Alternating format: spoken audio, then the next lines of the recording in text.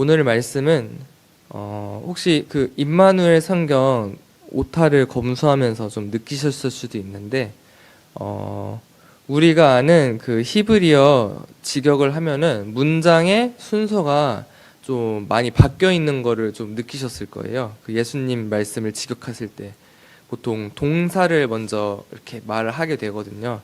이게 히브리어로는 어색하지 않은 문장이고 뭐 특별하게 뭔가 인칭대명사를 강조하지 않는 이상은 그냥 동사가 가장 먼저 나오게 되는 느낌입니다. 그게 일반적이거든요. 오늘 본문도 이렇게 개역개정 번역은 히브리어와는 다르게 순서가 약간 다릅니다. 이거는 뭐 말투가 다르기보다는 그냥 우리말로는 그 문장 순서가 말이 안 되니까 이렇게 앞뒤를 바꿔놨어요. 그러면은 우리한테는 이해가 편하니까요. 그래서 사실은 이 말씀은 호세아서 1장 2절의 반복입니다.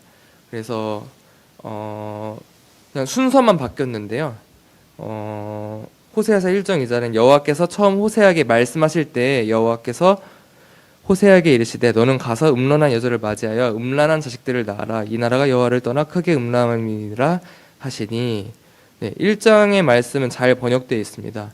그래서 지금 오늘 본문은 뭐 무슨 이스라엘이 어떤 건포도 과자를 즐길지라도 이런 문장이 앞에 나왔고, 그리고 가서 타인의 사랑을 받아 음녀가 된 여장을 사랑하라가 뒤에 나오는데요.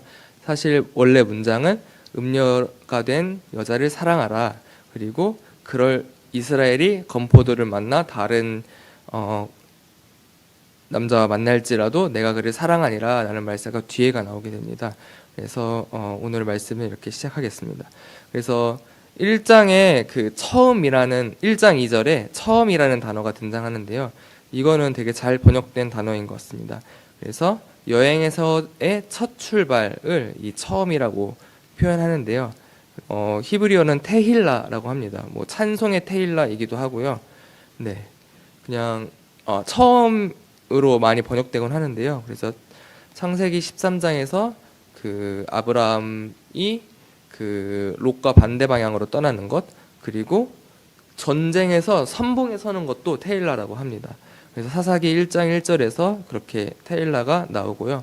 또 잠언 9장 10절에서 여호와를 경외하는 것이 지혜의 근본이요 라고 하는데, 이 근본이라는 단어가 테일라입니다. 그래서 가장 근원적인 것, 처음적인 것, 그런 것이 이 처음인데, 그 호세아서에서 말하는 처음, 그러니까 하나님께서 그 호세아에게 말씀하시고자 하는 가장 근원적인 것이 그 음녀가 된 이스라엘을 사랑하라라는 것입니다. 네. 그래서 하나님께서 이 선지자에게 그러니까 우리에게 성경을 통해 말씀하시는 메시지가 그 선지자의 삶을 통해서 몸으로 나타나곤 합니다. 그래서 가장 중요한 소명은 그 창녀와 결혼해서 창녀와 같은 자식을 낳으라는 것입니다.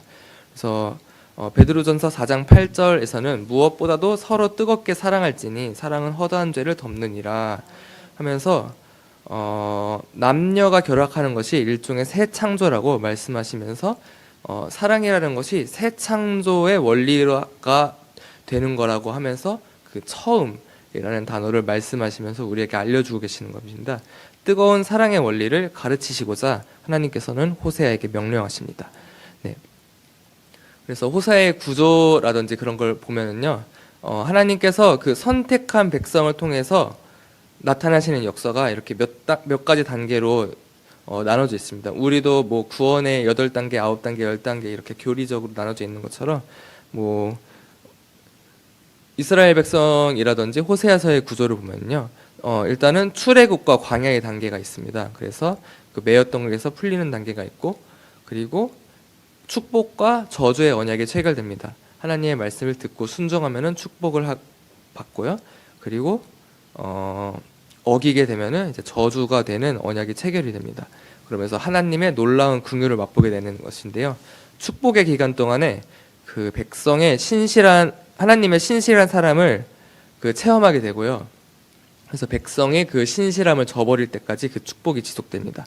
그래서 호세아서 2장 15절을 보시면 거기서 비로소 그의 포도원을 그에게 주고 아골 골짜기로 소막의 문을 삼아주리니 그가 거기서 응대하기를 어렸을 때와 애굽 땅에서 올라오던 날과 같이 하리라. 이렇게 애굽 땅에서 올라오던 날과 같이 호세아를 구원하시겠다고 하시고 그때부터 이제 축복이 시작이 됩니다.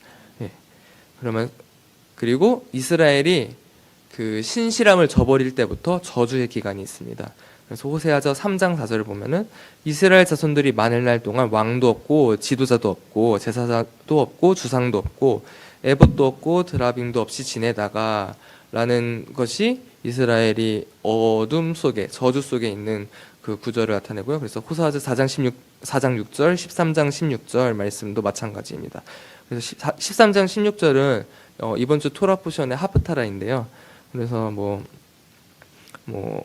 아이벤 여인은 배가 갈라지리라. 그러니까 해산하지 못하는 여인을 나타내면서 이스라엘의 저주가 임한 것을 나타내고요. 하지만 그것을 회복된다고 말씀하시면서 종말론적인 축복의 기간이 있는 것을 호세아서를 통해서 나타내고자 하십니다. 그래서 호세아서 14장을 쭉 보시면은 거기는 뭐 마지막에 에브라임의 아무튼 축복을 주시고자 이제 14장으로 마무리를 하십니다. 그러면서 호세아에게 마지막으로 가서 다시 이스라엘과 결혼하라 라고 하시면서 사실 호세아의 순종의 모습이 나타나 있지 않은데요. 사도행전 29장처럼 없잖아요. 그 호세아전도 호세아가 마지막으로 다시 한번 이스라엘을 사는 모습이 등장하지 않습니다. 그러면서 우리는 나타나지 않지만 알 수 있는 거죠. 호세아가 한 번도 했고 두 번도 했으니까 세 번째도 했을 것이다 라는 것을요. 그래서 다시 호세아서 1장 4절을 보시면은요. 여호와께서 호세아에게 이르시되 그의 이름을 이스라엘이라 하라. 조금 후에 내가 이스라엘의 피를 예후의 집에 갚으며 이스라엘 족속의 나라를 폐할 것임이니라. 네, 이 샤바트라는 단어가 나오는데요. 우리가 잘 알고 있는 샤bat 예배, 안식일 예배, 그러니까 쉬다라는 단어인데요. 근데 여기서는 부정적으로 사용됩니다. 나라를 폐할 것임이니라 라는 단어가 샤바트가 이렇게 번역된 단어고요. 그 같은 단어가 호세아서 2장 11절에 오늘 말씀은 제가 이렇게 그 본문을 되게 많이 호세아서를 전체적으로 이렇게 볼 것이라 가지고 제가 좀 많이 읽겠습니다.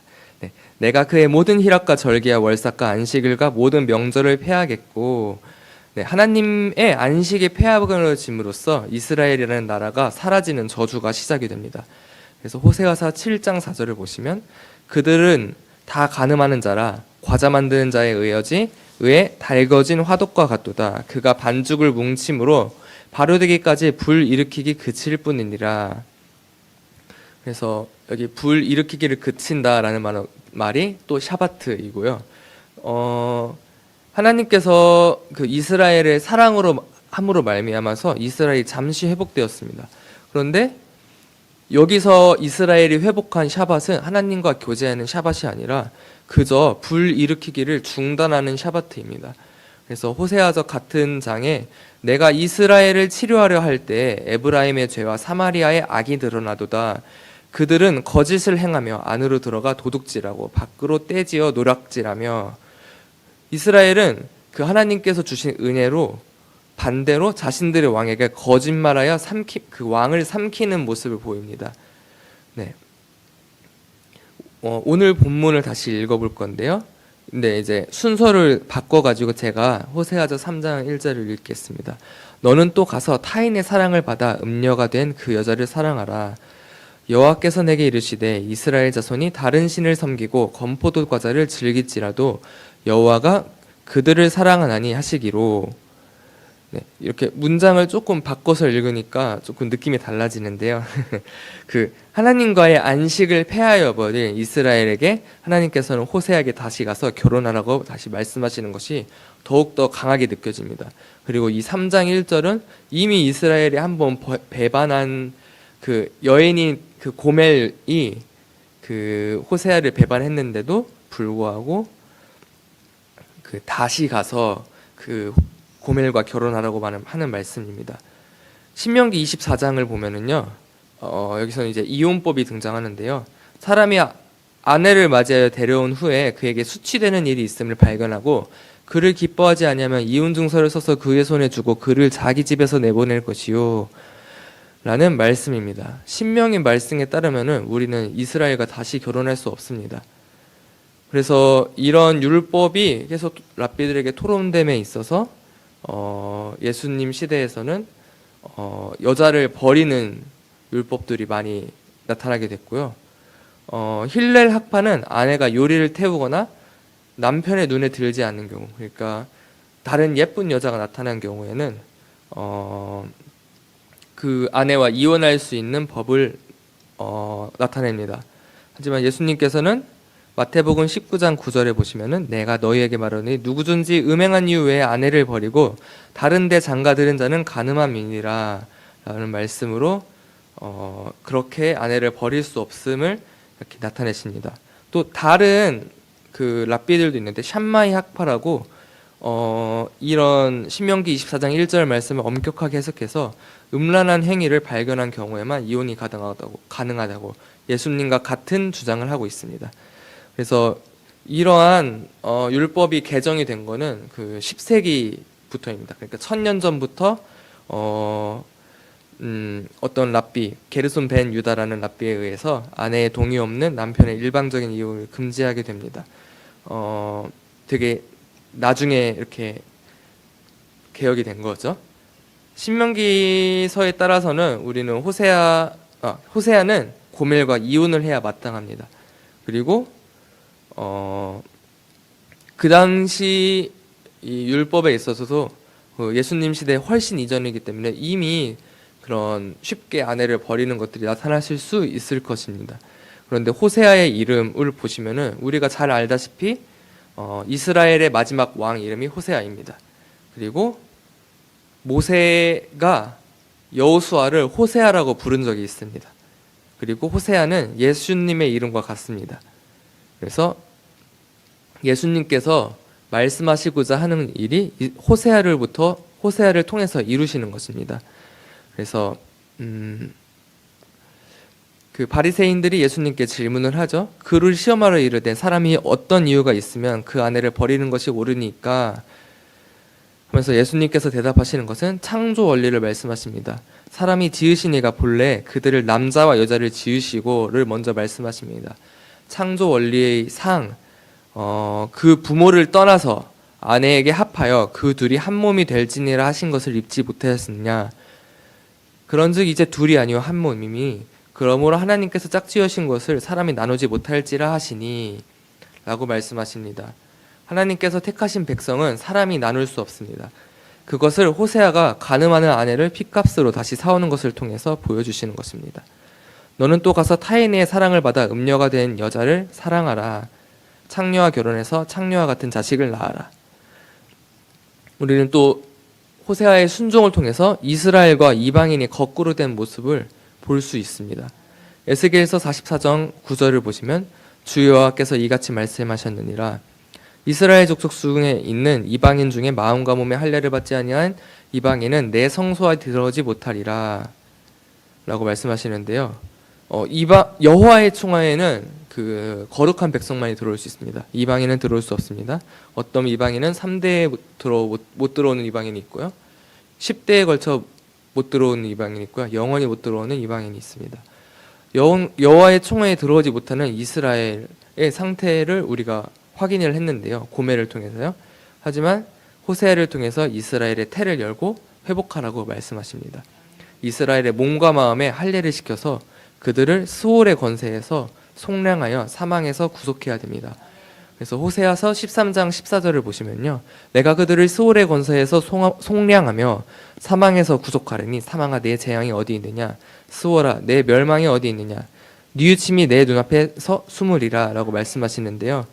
이것이 고린도전서 15장 55절에 보시면 사망아 너의 승리가 어디 있느냐. 사망아 내가 쏘는 것이 어디 있느냐 라고 하시면서 예수님의 부활을 호세아서에서 미리 나타내십니다.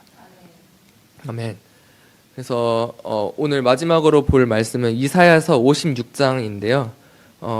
여호와께 연합한 이방인은 말하기를 여호와께서 나를 그의 백성 중에서 반드시 갈라내리시리라 하지 말며 고자도 말하기를 나는 마른 나무라 하지 말라 라면서, 사실 고자는 여호와의 청하에 들어오지 못하거든요. 하지만 이 말씀에서는 고자가 마른 나무가 아니라고 합니다. 태를 가질 수 있다고 합니다.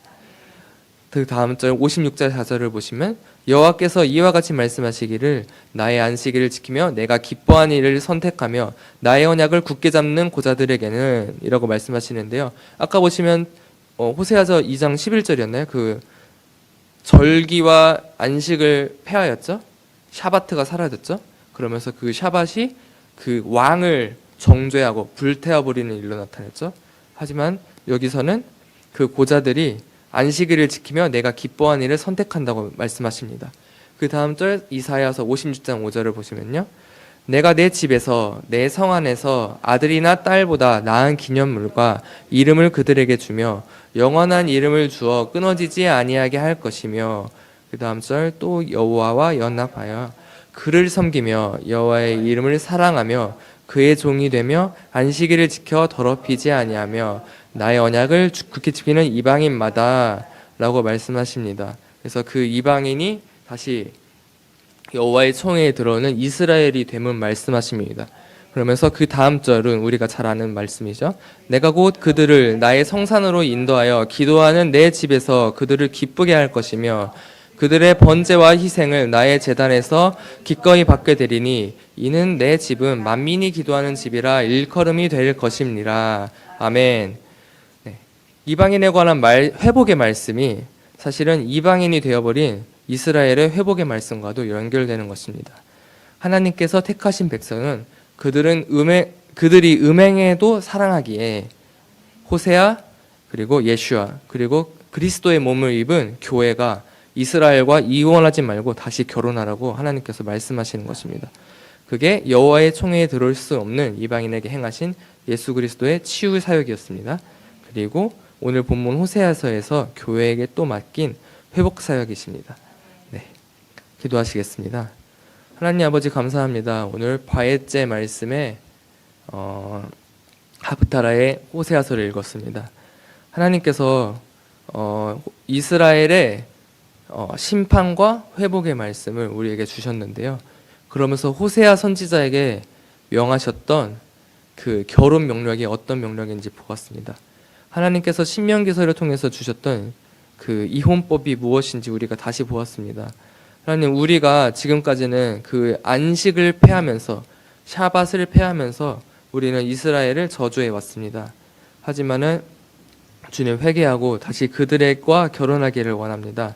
주님, 그 이방되었던 태를 가질 수 없는 그 이방인이 다시 마음과 몸의 할례를 가지며 다시 여호와의 총회에 들어올 수 있다는 회복의 말씀을 우리가 보았으니 주님, 우리가 그 순종하기 위하여 바에제하기를 원합니다. 나가길 원합니다. 그 신부를 찾기 위해 다시 한 걸음 걷기를 원합니다. 주님, 주님께서 죽기까지 신실하게 우리의 목숨을 살리시니 우리도 죽기까지 신실하게 그 말씀을 순종하겠습니다. 예수님 이름으로 기도드렸습니다. 아멘. 하늘에 계신 우리 아버지여, 이름이 거룩히 여김을 받으시오며 나라에 임하시며 뜻이 하늘에서 이룬 것 같이 땅에서도 이루어지이다. 오늘날 우리에게 일용할 양식을 주옵시고 우리가 우리에게 죄 지은 자를 사하여 준 것 같이 우리 죄를 사하여 주옵시고 우리를